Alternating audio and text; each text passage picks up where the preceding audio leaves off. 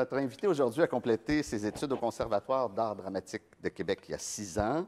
Elle a un nom bien à elle, mais depuis quelque temps, dans la tête et le cœur d'une bonne partie de la population, elle est plutôt connue par le nom d'un de ses personnages, Passe-Partout. Élodie Grenier, bonjour. Bonjour. En fait, quand on y pense, on est quasiment passé proche d'avoir Pascaro, parce que quand vous avez passé la première audition, c'était pour le personnage de Pascaro. Ouais. Oui, c'est drôle en fait. Je sais pas pourquoi ils m'ont vu sur photo. Je pense qu'ils ont dit ça, peut-être l'effet brunette, tu sais, Claire Pimparé, elle avait les cheveux longs, bruns.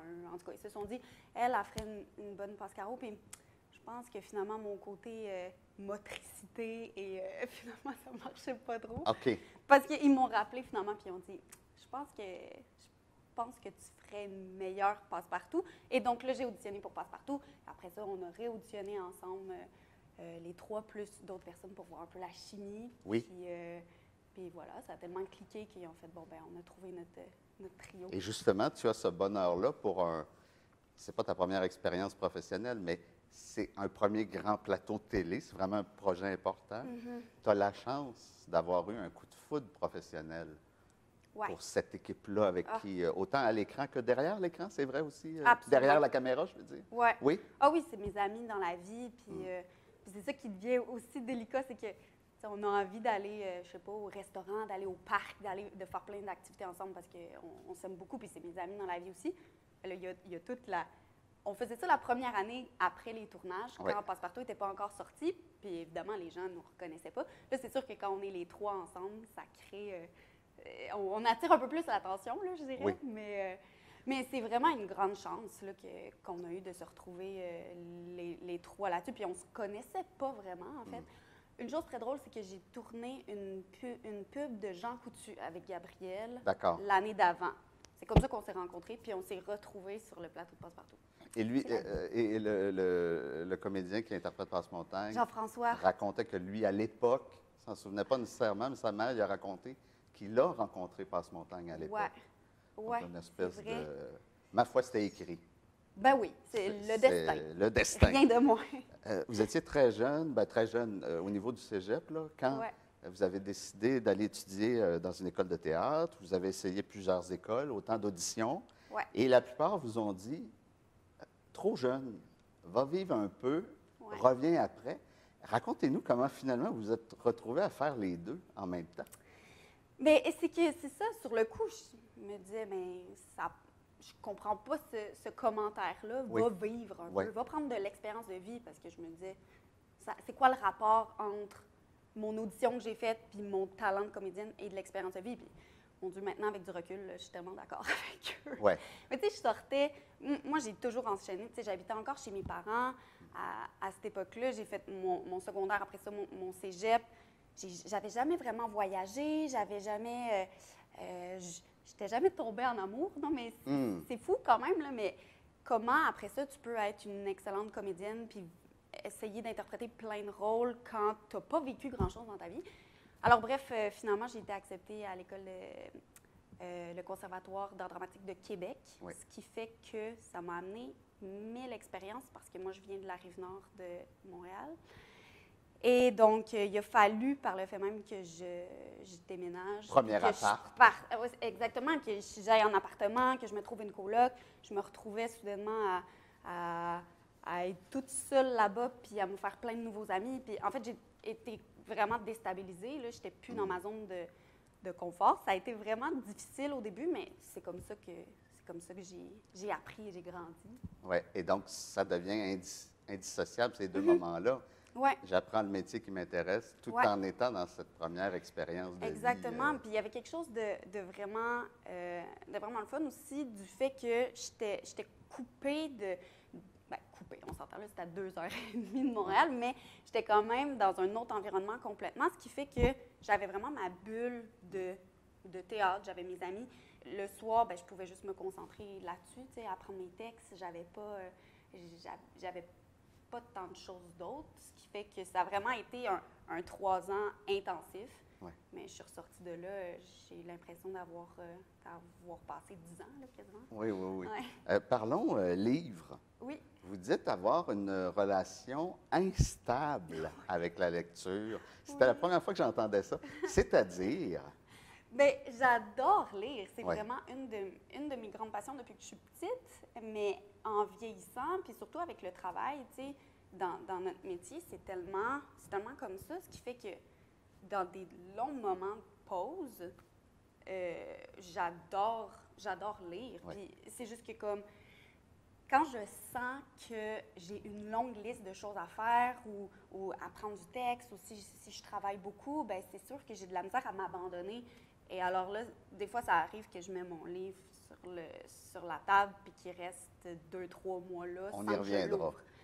Oui, c'est ça, exactement. Mais là, dès que j'ai le temps, là, je retombe dedans puis j'ai beaucoup de plaisir encore. Pour vous, ça aussi, j'ai trouvé ça intéressant. Vous m'avez dit, on s'est parlé il y a quelques jours, l'ennemi numéro 1 de la lecture, c'est Ouais. le téléphone intelligent. Uh-huh. Qu'est-ce que vous voulez dire? Et je vois la différence. Quand j'étais plus jeune, j'avais plus de facilité à lire, puis à rester concentrée dans mon livre, puis je pouvais passer des heures et des heures à lire. Je trouve ça difficile maintenant. Il y a l'appel de... Oui, c'est que, premièrement, ce que j'essaie de faire là, depuis le début du confinement, du moins parce que je me suis remis évidemment à lire beaucoup, Oui. c'est de mettre mon téléphone le plus loin possible de moi parce que, ouais, je sais pas, on dirait qu'on a comme cette attraction-là, puis ça m'a fait réaliser à quel point, ben, du moins je parle pour moi, j'ai une espèce de dépendance. Là, comme, il y a tout le temps ça derrière la tête, on dirait que le téléphone ramène au travail, aux responsabilités. Ah, ça fait longtemps que j'ai parlé à mes parents, tu sais, je pourrais juste leur envoyer un petit texto, ça va, tu sais, ou Ouais. on dirait qu'il y a tout le temps cet aspect-là qui nous ramène à ah, peut-être que c'est le fun ton livre, mais il y a quelque chose d'autre aussi que tu pourrais Tu faire. es en train de manquer quelque chose, peut-être. Exactement. Ouais. Oui, cet appel-là de mais qu'est-ce que tu vas faire ce soir? Peut-être tu pourrais texter un ami pour planifier ta soirée au lieu d'être dans le moment présent. Tu sais, dans le Tout fond. simplement. Tout simplement. La lecture arrive tôt dans votre vie. Qu'est-ce que vous lisiez, enfant, adolescente? Enfant, c'est drôle parce que ma mère s'appelle Martine et donc elle oui. avait la collection au complet des Martines. C'était pas vraiment de ma génération, je pense. C'était déjà plus... Non, c'est hein? ça. Oui, ça date quand même. Oui, c'est ça date quand même. Mais j'adorais ça, regarder les Martines. Ça, c'est quand même mon premier souvenir de lecture. Je ne savais pas lire, là, évidemment. Je regardais juste les images, mais les Martines, ça m'a vraiment marqué. Puis sinon, un peu plus vieille, c'était les Harry Potter. D'accord. J'ai sûrement pas été la seule de ma génération à avoir été marquée par ça, mais Ouais. vraiment, les Harry Potter, ça a été la fois où j'ai été le plus aspirée par la lecture, là, puis je pouvais passer je me rappelle, c'était l'été, j'ai un souvenir, là, puis j'avais passé 4 jours, je pense, là, je voulais pas manger, je voulais pas aller me coucher parce que j'avais trop hâte de le finir, là. Tu sais, ça a comme été la première fois où j'ai été complètement absorbée là, par un univers, puis ça reste quand même dans mes meilleurs souvenirs de lecture. Je pense que cette série-là va avoir fait effectivement beaucoup pour la lecture. Une des choses, vous l'avez dit, que le confinement a permis, c'est justement de vous remettre à la lecture. Ouais. Vous avez lu pas mal dernièrement. C'est quoi les derniers livres qui vous ont plu? C'est drôle parce que pendant le confinement, j'avais comme envie de lire plusieurs choses. Oui. J'ai lu, j'ai commencé à lire Sapiens, une brève histoire de l'humanité. Oui. Puis je trouvais ça intéressant pendant le confinement parce qu'on dirait qu'il y avait comme, je sais pas, j'avais comme un envie de retour aux sources ou D'accord. puis de lire un peu sur l'histoire de l'humanité et de faire, ce qui est vraiment le fun avec ce livre-là, c'est qu'il fait tout le temps des liens entre notre société d'aujourd'hui et au tout début de l'humanité, ce qui fait que ça explique certains comportements Puis je trouvais ça vraiment intéressant, d'autant plus qu'en ce moment, c'est une grosse étude de société, là, ce qui se passe dans le monde. C'est un laboratoire. Donc, Donc j'ai vraiment eu beaucoup de plaisir à lire ça. Sinon, ben, en même temps, je lisais un recueil de poésie de Daphné B., Delete. Delete, comme le mot anglais? Ouais. OK, d'accord. Ouais.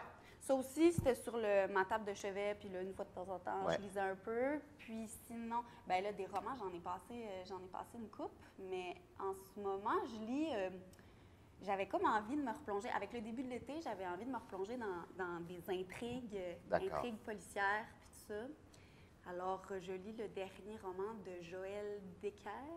D'accord. Ouais, qui est un Suisse, en français. En tout cas, c'est comme une intrigue policière, puis... c'est bien, oui? Satisfaisant? C'est bien, oui. Ben, en fait, j'ai comme... lui, je pense que c'est comme son 6e roman un peu policier d'intrigue. Puis je m'étais fait dire que c'était un auteur vraiment très, très bien. Puis je voulais acheter son premier. Puis je me suis retrouvée à acheter son dernier. En tout cas, je me suis trompée, bref. Mais une chose qu'il n'y a pas de continuité là, dans ses livres. Mais ouais, c'est bien. On dirait que c'est léger, puis ça me fait du bien, là, avec le retour du beau temps. Je lis ça sur ma terrasse, puis c'est super. Vous êtes à l'écoute de vos humeurs de lectrice, c'est-à-dire que vous pouvez avoir plusieurs livres en même temps, mais ce qui m'a étonné, c'est par exemple, non, dans le fond, c'est logique, mais j'avais jamais eu cette réflexion-là. Vous m'avez dit, il ne va jamais y avoir 2 livres du même type. Donc, dans le fond, il n'y aurait pas 2 romans policiers en même temps, mais vous pouvez avoir un ouvrage plus historique, plus documentaire, en même temps qu'un roman. Oui. Puis tout ça, dépendant de votre humeur, vous allez vers l'un ou l'autre ce jour-là. Exactement. C'est vraiment ça. Bien, c'est parce que il y a des fois, c'est ça, j'ai vraiment envie d'être complètement plongée dans une histoire. Mais là, si j'ai 2 romans en même temps, là, je deviens mêlée, là, ça se peut plus. Les personnages se promènent d'un livre à l'autre. Ouais, je sais pas, ou tu sais, j'ai trop... c'est comme commencer un film puis l'arrêter pour regarder un autre film en même temps. On dirait que j'ai besoin de terminer une histoire avant d'en commencer une autre. Mais sinon, comme là, je parlais de Sapiens, j'adore lire ça. C'est juste que de lire juste ça, il manque le côté suivre des personnages, puis une histoire, une intrigue. Il manque ce côté-là. Donc, c'est pour ça que j'aime ça, avoir quelques livres d'ouvert en même temps. Le téléphone intelligent, beau l'ennemi de la lecture, c'est quand même sur des plateformes virtuelles que vous trouvez souvent vos idées de lecture. Oui. C'est quoi votre processus pour dire, dans l'infini des possibilités, là, je vais m'attarder à ce livre-là?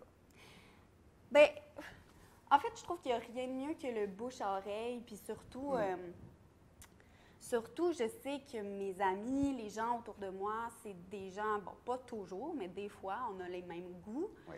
Et donc, les derniers livres que j'ai trouvés, c'est vraiment parce que j'ai lancé une espèce d'appel sur Facebook à l'aide. à mes amis. Bon, c'est quoi vos derniers coups de cœur littéraires? Et donc, c'est comme ça où j'avais plein de réponses de plein de gens qui me disaient lis ça, c'est vraiment le meilleur roman que j'ai lu. Et donc, je remarquais que des fois, il y avait plusieurs fois le même titre qui apparaissait. Ah oui. Et donc, à ce moment-là, je me disais, bon, ça doit vraiment valoir la peine. Il doit y avoir quelque chose. C'est ça, exact. Ouais. Donc, souvent, j'y vais comme ça. Puis, des fois, je vais un peu aléatoirement. Je me dis, ça, tiens, ça m'intéresse, je vais aller faire une recherche. Puis, à partir de là, si ça m'intéresse, je le prends ou pas. Oui. Mais, pour ça, j'avoue que ça vaut quand même la peine. Quel genre de confinement vous avez vécu? Je sais que vous avez fini de tricoter un foulard commencé il y a 7 ans. Oui. J'espère que ce n'est pas un cadeau que quelqu'un attend depuis ce temps-là. Là. Mais à part ça, qu'est-ce que ça a été? Ou quand vous repensez à cette période-là, qui est encore en route d'ailleurs, qu'est-ce que ça représente pour vous, cette période-là? Bien, c'est sûr qu'il y a eu plusieurs étapes. Là. Il y a eu... sur le coup, c'était vraiment épeurant. Il y a comme eu un moment où, je pense que tout le monde, on était tellement dans l'incertitude que moi, ça m'a un peu gelée pendant, mettons, les 2 premières semaines. Parce que je travaillais avant, puis là, tout a arrêté en même temps. Là, les tournages se sont arrêtés. On était vraiment dans l'incertitude, puis on se demandait qu'est-ce qui allait se passer. Ouais. Et donc, dans ces 2 semaines-là, j'ai pas été capable de faire rien. Oui, je comprends. Ouais. Et je n'étais pas capable de retourner à la lecture. Je n'étais pas capable, mon foulard non plus. Là. Tu sais, je pense que ce que je faisais les 2 premières semaines, c'est j'ai fait des casse-têtes. Là. Je me faisais de la bouffe avec mon chum le soir, puis c'était pas mal ça. Ensuite, là, il y a eu le moment où je me suis rendu compte que ça me faisait du bien d'avoir arrêté. Et là, à ce moment-là, je me suis dit, ben pourquoi pas profiter du confinement pour faire des choses que ça fait longtemps que j'ai envie de faire et que j'ai jamais le temps de faire ou que je prends pas le temps de faire. Et là, j'ai commencé à me remettre à la lecture, je me suis remis un petit peu à la musique, j'ai commencé à peindre. Tu sais, j'ai essayé des choses que ça faisait longtemps que j'avais envie de faire. J'ai eu la chance aussi de travailler un petit peu. Là, on a continué à faire des petites capsules de passe-partout. Pour Télé-Québec, pour le site de Télé-Québec. Exact. On tournait dans notre salon. Wow. Donc ça c'est sûr que ça m'a occupée, ça me faisait un but. Mais en général, je pense qu'à quelque part, personnellement, moi, ça m'a fait du bien de prendre un temps puis de se questionner sur les 2 dernières années qui ont été quand même un feu roulant. Une course effrénée. C'est ça, je me suis rendu compte que j'ai pas beaucoup arrêté dans les 2 dernières années, puis ça m'a fait du bien de me rendre compte de toute la chance que j'ai eue aussi. Depuis le début de Passe-Partout, je vis tellement de belles choses, puis là, c'est comme si ça me prenait un moment pour l'apprécier puis pour le réaliser, puis pour apprécier aussi quand ça va reprendre, si un jour ça reprend. Bien, justement, ça a été retardé, la 3e saison. Est-ce que vous avez une idée de quand ça va être en mesure de... Bien, c'est le tournage de la 3e saison? Oui. Bien, on l'avait commencé, on était rendu un petit peu moins qu'à la moitié, mais c'est ça, ça a été interrompu. On parle de reprendre à quelque part au mois d'août. D'accord. Mais tout ça est tellement incertain. Hypothétique. C'est ça. C'est que si ça continue à bien aller, ben, on va reprendre en août. Puis si jamais il arrive quelque chose, ben, ça sera encore décalé. Vous êtes vous-même attiré par l'écriture, mais pour l'instant, l'écriture pour le cinéma. Oui, bien, ça fait longtemps que j'ai envie d'avoir un projet personnel. Oui. Et c'est ça qui est particulier aussi comme comédienne, c'est qu'on est tout le temps un peu dépendant de si on se fait appeler pour un projet, puis tout ça. Puis donc, c'est pour ça que j'avais envie d'essayer ça, l'écriture, parce que je me suis dit, dans le fond, pourquoi j'attendrais? Je vais partir, moi, mon projet, ce que j'ai envie de dire, ce que j'ai envie de faire. Et donc, ça fait un bout que j'essaie d'écrire un court-métrage. D'accord. Mais moi-même, je pensais qu'en écrivant un court-métrage, ce serait peut-être la chose la plus facile à faire parce que c'est pas long, tu sais, mais non, c'est tellement difficile. En fait, je trouve ça vraiment difficile. Mais j'apprends, puis j'essaie des choses, puis c'est bien correct. Oui, puis vous allez d'autant plus l'apprécier si ça finit par se faire. Oui, ben oui, j'espère. Qu'est-ce qu'on peut vous souhaiter pour la prochaine année, admettons? Hey, mon Dieu! C'est fou parce que là, avec le confinement, on dirait que tout a pris une... C'est comme si j'ai vu les choses avec une autre perspective, puis je me suis rendu compte que le travail, c'est merveilleux, mais il y a tellement d'autres choses dans la vie. Ça fait comme du bien de se rendre compte de ça. Fait que, normalement, je t'aurais répondu des beaux projets, d'autres projets qui passent partout, plein d'autres choses. Mais je pense qu'en ce moment, j'ai envie de répondre, j'espère que tout va bien aller, tu sais, puis que je vais pouvoir continuer à travailler, mais aussi à m'épanouir de d'autres façons, tu sais, d'être heureuse, pas juste par mon travail, mais de me définir aussi par autre chose dans la vie, tu sais. Oui. Élodie Grenier, merci d'être venue nous voir aujourd'hui. Merci de m'avoir invitée. Ça paraît pas, hein? Ça fait 20 minutes. Oui, mon Dieu, ça passe Incroyable. vite. Incroyable. On avait beaucoup de choses à dire, là, je pense, après 3 mois de confinement. Moi, là, je pense quand ça passe si vite, ça doit être le talent de l'animateur. C'est ça, voilà. Bonne journée. À bientôt. À bientôt.